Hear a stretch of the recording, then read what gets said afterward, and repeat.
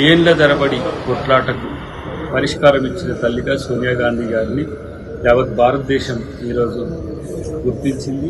మేమందరం కూడా తెలంగాణ తల్లిగా సోనియా గాంధీ గారిని ఈరోజు చూస్తున్నాం. అది అసెంబ్లీ సాక్షిగా కేసీఆర్ గారు కూడా మాట్లాడారు.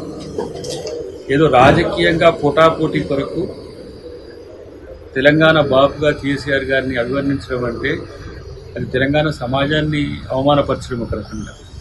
ఆయన టీఆర్ఎస్ బాపు, తర్వాత ఆయన తన రాజకీయ స్వార్థం కోసము, రాజకీయ ప్రయోజనాల కోసము తెలంగాణ రాష్ట్ర సమితి అనేదాన్ని భారత రాష్ట్ర సమితిగా మార్చింది.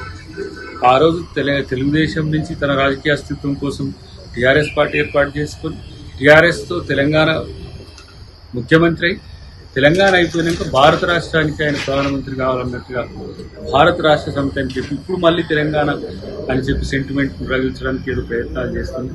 ఇది కాకుండా 10 సంవత్సరాల సంబరాలు తెలంగాణ ప్రభుత్వం చేస్తుంది.